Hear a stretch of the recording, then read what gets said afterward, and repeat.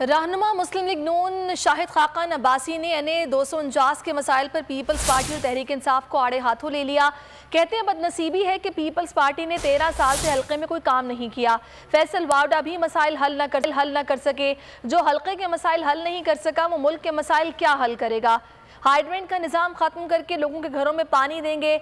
आटा और चीनी महंगी करने वालों को कल वोट नहीं मिलेंगे। अमीर मकाम ने तनबीह की कि हल्के में राय तब्दील करने की कोशिश की तो डस्का से खतरनाक नताइज आएंगे। पुलिस स्टेशन के अंदर कोई भी मुसल्ला आदमी, चाहे पुलिस का हो, रेंजर का हो, और अगर फौज तैनात की जाए, उनका कोई राइट नहीं है पुलिस स्टेशन के अंदर होना। बाहर से सिक्योरिटी प्रोवाइड करें। पिछले इलेक्शन की सबसे बड़ी खराबी ये थी कि जिस डब्बे में वोट डाला जाता था उसके साथ एक मुसल्ला सिपाही खड़ा था। मैं बुनियादी मसाइल की बात कर रहा हूँ।